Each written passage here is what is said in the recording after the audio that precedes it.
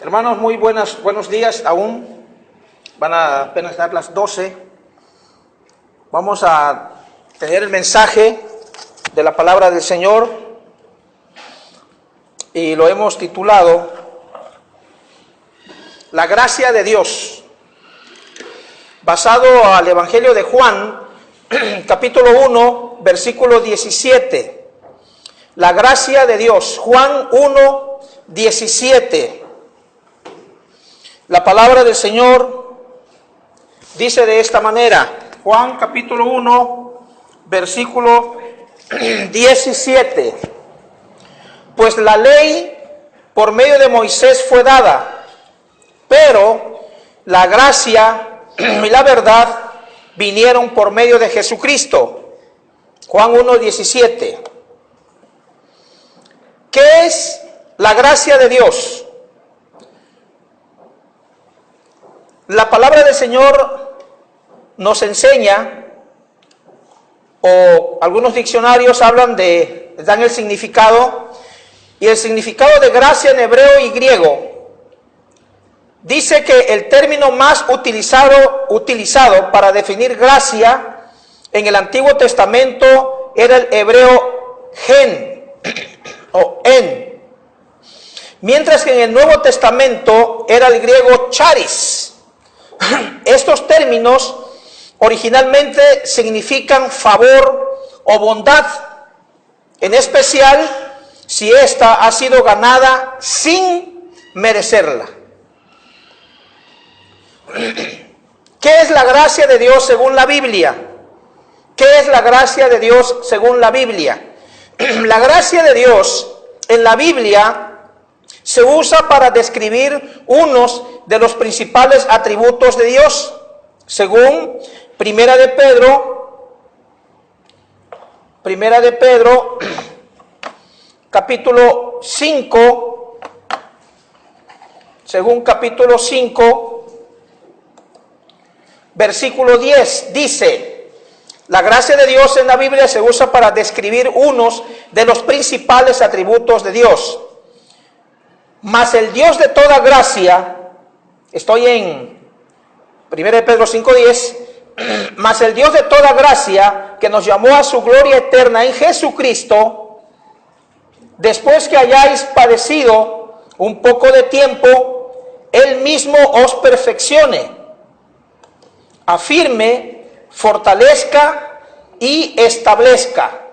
Mas el Dios de toda gracia, diríamos, Él es el Padre de la gracia, de Él emana la gracia. Esta palabra se usa para indicar el favor gratis. Esto es lo importante de la gracia. Esta palabra se usa para indicar el favor gratis o inmerecido de Dios para con el hombre. Romanos 3, 24 al 26 nos dice de esta manera, siendo justificados gratuitamente por su gracia, mediante la redención que es en Cristo Jesús, a quien Dios puso como propiciación por medio de la fe en su sangre, para manifestar su justicia, a causa de haber pasado por alto en su paciencia los pecados pasados, con la mira de manifestar en este tiempo su justicia, a fin de que Él sea el justo y el que justifica al que es de la fe de Jesús.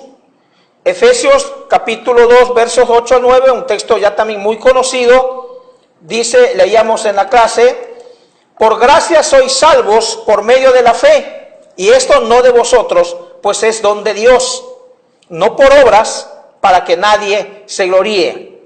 Otra forma de describir la gracia es que Dios escoge bendecirnos en lugar de maldecirnos, mediante la fe en el sacrificio de Cristo en la cruz. ¿Cómo obtener la gracia de Dios? Que es lo más importante. Y si ya la palabra nos dice que eres el Padre de toda gracia, y que la gracia la define como un don, como un regalo, como algo que el ser humano no merece. Esto es gracia, es un regalo de Dios que Él nos da sin hacer nada. ¿Cómo obtener la gracia de Dios? ¿Cómo obtener la gracia de Dios? Existen muchos, entre creyentes nuevos y no creyentes, que se hacen esta pregunta: ¿cómo obtener la gracia de Dios? Y la verdad es que no hay forma, hermanos. No hay forma, amigos, ni esfuerzo humano para ganarse el favor de Dios. En su primera parte, así de momento, para obtener la gracia de Dios, no hay forma, no hay esfuerzo humano para ganarse el favor de Dios. Pues las mismas Escrituras dicen que nuestra justicia es como trapo de inmundicia. De cualquier forma que el ser humano quiera venir a Dios, pero de diferente forma o diferente manera a lo que Él nos ha enseñado, entonces no se puede. Ya leímos Isaías 64:6, que nuestra justicia es como trapo de inmundicia. Por esta razón, la carta a los Efesios nos explica que la gracia es un regalo de Dios y que únicamente se obtiene por la fe en Jesucristo. Ya leímos Efesios 2:8-9. Por gracia sois salvos por medio de la fe. Y esto no de vosotros, pues es don de Dios. Y no es por obras para que nadie se gloríe. ¿Qué tiene que ver este señor? Yo no sé si usted lo ha escuchado, hermanos. ¿Ha escuchado o ha leído algo sobre este señor Víctor Hugo? ¿Qué tiene que ver este señor con la gracia de Dios? Víctor Hugo, este señor francés, vivió del año 1802 a 1885. Fue un escritor romántico, poeta y dramaturgo francés, considerado uno de los escritores más famosos de la lengua francesa. Entre sus obras más importantes se encuentran Los Miserables, escrita en 1852. El último día de un condenado a muerte, escrita en 1829, entre otras muchas obras literarias. Este hombre fallece el 22 de mayo de 1885 en su residencia particular. ¿Por qué hablamos de este señor? ¿Qué tiene que ver este señor Víctor Hugo, este escritor, dramaturgo, poeta, entre otras cosas, con el tema de la gracia de Dios? Si usted ha tenido la oportunidad, si no lo ha hecho, recomiendo que lean este libro, Los Miserables. Ya a alguien se le ocurrió llevarlo a hacer una producción cinematográfica, y así se titula esta producción, se llama Los Miserables.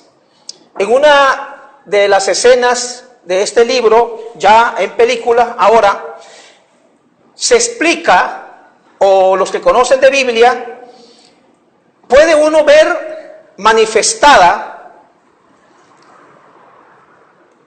en la escritura de este señor Víctor Hugo la gracia de Dios. ¿En qué momento de la escena cinematográfica? Hay un ladrón que sale a escena, pues se dedica a eso, esa es su profesión, pero acude a un convento, acude a donde hay gente que estudia la Biblia. Se le da hospedaje, se le da alimentación, el principal de ese lugar lo aloja y le pone todas las atenciones necesarias. Pero de pronto este hombre desaparece del lugar, se va. Y de pronto lo encuentra la policía con un costal que él iba cargando. Y le dice a la policía: ¿qué llevas ahí? ¿Qué llevas ahí? Porque sus ropas pues estaban sucias, un poco barbudo, desarreglado. ¿Qué llevas ahí? Y cuando abren el costal, hermanos, estaba lleno de utensilios de plata de la cocina de donde él había sido hospedado. ¿Te los robaste? No. Sí, te los robaste. No, señor, no, yo le puedo comprobar que yo no me he robado nada. ¿De dónde vienes? Pues vengo de allá. de aquel lugar que se ve. Vamos, y yo necesito que me compruebes que eso es tuyo. Y ahí se ve, hermanos, en la pluma de este escritor, la gracia de Dios. Para los que conocen de Biblia, acuden ante el principal de ese lugar y le pregunta al policía: ¿verdad que este señor lo que lleva en el costal se lo robó de aquí? Y dice el hombre: a ver qué es lo que trae, lo que lleva ahí. Y lo sacan todo lo que había en el costal, utensilios caros de plata, hermanos, hasta con incrustaciones de oro. Y ya cuando está todo, la mesa, y hay muchos utensilios, dice el principal, dice: juzga rápido. Y se ve manifestada la gracia de Dios. Y dice: no se lo robó. Y el policía no le cree. Pero él afirma: no se lo robó. Es más, ¿sabes qué? Se te olvidaron más cosas. Allá en esa esquina, en ese rincón, hay otro costal semejante al que tienes. Es todo eso que está ahí se te olvidó. Por favor, coge en tus manos ese costal y llénalo de todo eso que se te ha olvidado. El policía no da crédito a lo que el principal de ese lugar está diciendo. La gracia de Dios, hermanos. Efectivamente, este hombre sí se había robado los utensilios, pero entra la gracia. Este hombre merecía la cárcel. Este hombre merecía no estar libre, pasar muchos años en la cárcel. Pero se ve manifestada la gracia porque dice: no, es tuyo lo que lleva, y es de él lo que está llevando en ese costal. Y aún esto que está aquí también le pertenece. Llévatelo, por favor.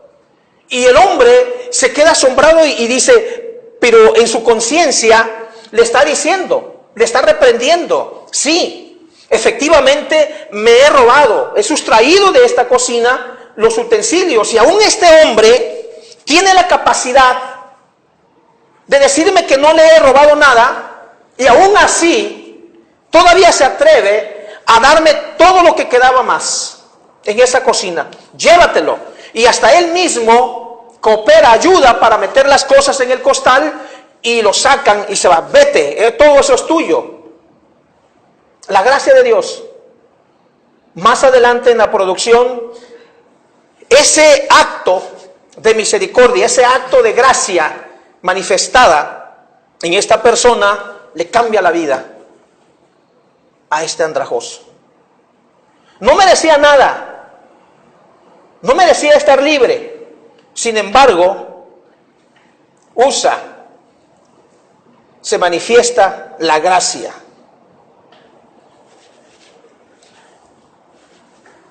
Hay algo, hermanos, que les soy sincero, algo que me ha costado trabajo entender.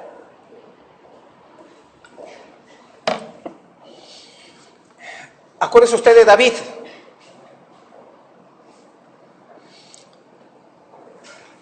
Saque el expediente de David que usted tiene en su conocimiento, que usted tiene en su corazón,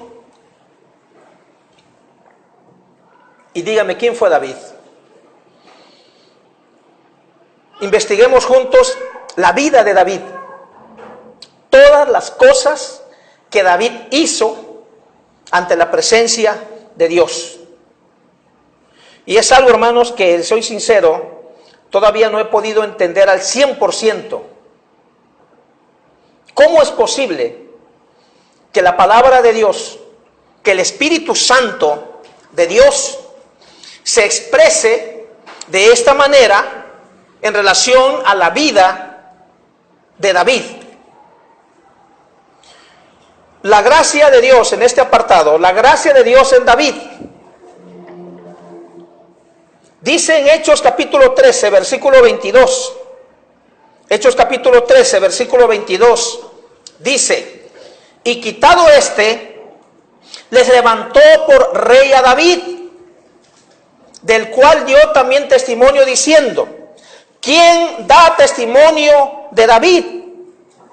Jehová de los ejércitos, el Dios que habita en luz, el Dios que habitaba en el lugar santísimo y que ninguna cosa inmunda o pecadora podía meterse ahí, porque dice la Escritura que moría. El Dios que nos manda a decir en su palabra a través de los hombres, los apóstoles, que nos alejemos del pecado, que luchemos por vivir una vida santa, una vida agradable a Dios.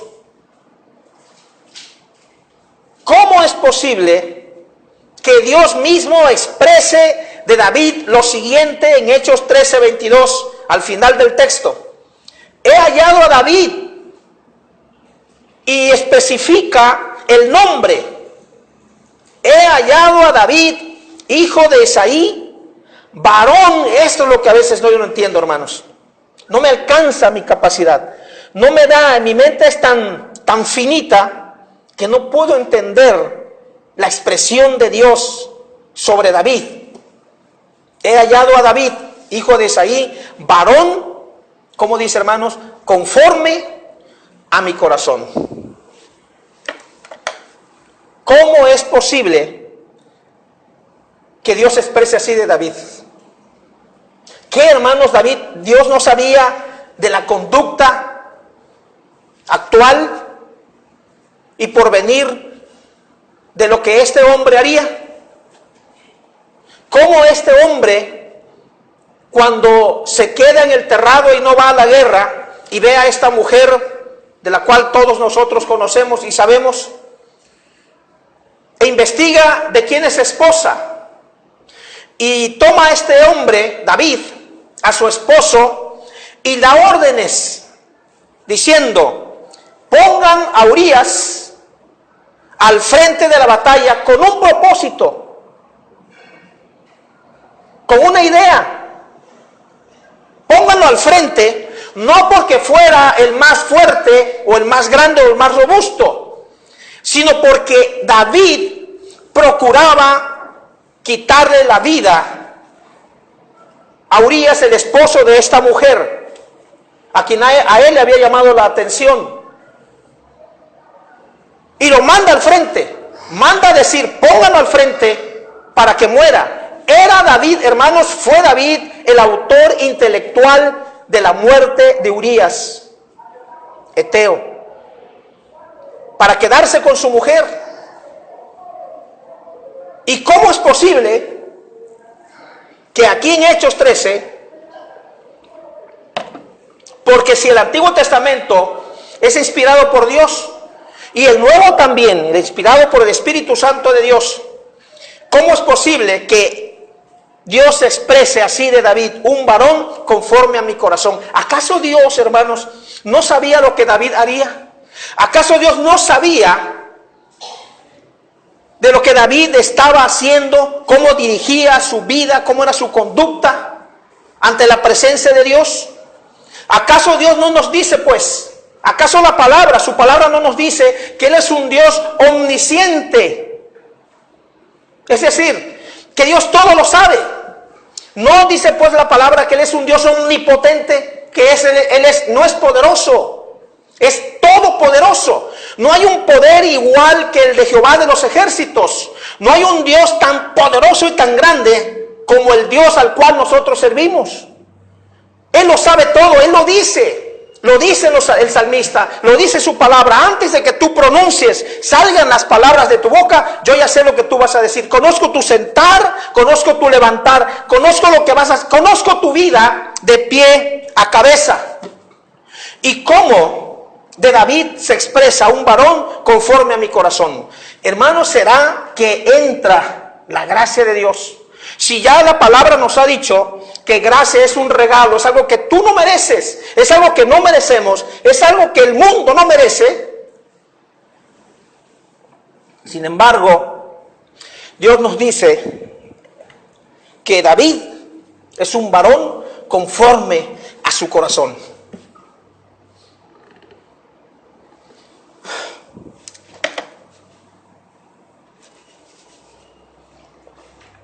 Vamos a poner a David aquí. Y usted lo va a juzgar. ¿Qué haría? ¿Qué diría usted de David?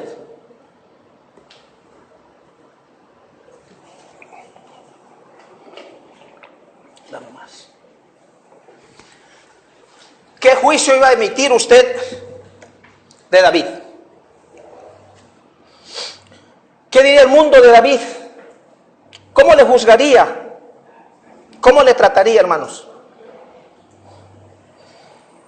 Por toda la conducta en su vida. Sin embargo, si empatamos la gracia de Dios, es donde Dios procede. Porque aún sin merecer las bendiciones de Dios, aún sin merecer el cuidado de Dios, Dios siempre se ha valido de esta característica que Él se atribuye, que Él tiene, que es su gracia. Y si su gracia es el regalo que no merecemos, que Él te acepta, que Él nos acepta tal como somos. A veces cuando predico su palabra a personas directamente y les hablo de la obediencia a Dios y me dicen, no hermano, es que usted la verdad no sabe de mi vida. Es que usted hermano la verdad no sabe cómo he sido yo. Usted no sabe la aflicción, usted no sabe mis faltas ante Dios. No merezco absolutamente nada de parte de Dios. He aceptado mi falta y estoy dispuesto a pagarlas hasta el último centavo durante yo esté vivo o esté viva. No merezco vivir. Tengo que pagar, ya lo sé. Y lo acepto con mucho dolor. Pero lo acepto. No merezco nada de Dios. Entonces he tenido que citar el hijo pródigo. Y estas personas me dicen, primero necesito cambiar. Primero necesito dejar tantas cosas en mi vida que me siento que no voy a poder, que no puedo. Necesito cambiar, corregir mi vida primero. Y cito al hijo pródigo. Cuando aquel hombre, aquel muchacho que pide su herencia y se va y lo malgasta y vuelve en sí y regresa a su padre y el padre está dispuesto a aceptarlo sin ningún reproche. Sin nada que reclamarle. Cuando se entera que el hijo viene a lo lejos, no lo espera en casa, hermanos. No lo espera. Sino él corre al camino a buscar a su hijo que estaba perdido. Y no solamente corre y lo acepta y lo abraza y lo besa y corre con él hacia la casa, sino que le manda a hacer fiesta. Entonces cuando las personas me dicen a mí, es que yo necesito cambiar, es que yo necesito primero corregir mi vida, es que tengo un vocabulario, es que tengo una conducta que no es agradable ante Dios, déjame corregir esto primero, hermano. Entonces yo le he tenido que decir, si tú corriges esto allá afuera, ¿ya para qué vienes a Cristo? Entonces, ¿qué es lo que va a limpiar? ¿Qué es lo que Dios va a hacer en ti? Deja que Dios haga su obra en tu vida. Que Él sea el que te corrija, que Él sea el que te ayude, que Él sea el que te anime, el que te sientas con Él a platicar y decirle todas las cosas que no le puedes decir a nadie y que Él te ayude y te dé el mejor consejo. Pero sola, no vas a poder. Necesitas a Dios en tu vida. No vas a poder. ¿Cuántas personas han quedado en el intento? Y viene a mi mente aquel rey. Por poco me persuades a ser cristiano. Y el apóstol predicando dice, vete, ya te oiremos otra vez. Ese de oír y obedecer nunca llegó. Y de eso va a entregar cuentas ese rey cuando esté ante la presencia de Dios. Porque quisiste primero corregir tus equivocaciones sola. Cuando sin mí, dijo Cristo, sin mí nada podéis hacer. Y es que la gracia de Dios se ha manifestado, hermanos, desde tiempos antiguos. Y ahí está el rey David. Como Dios dice, he hallado a David.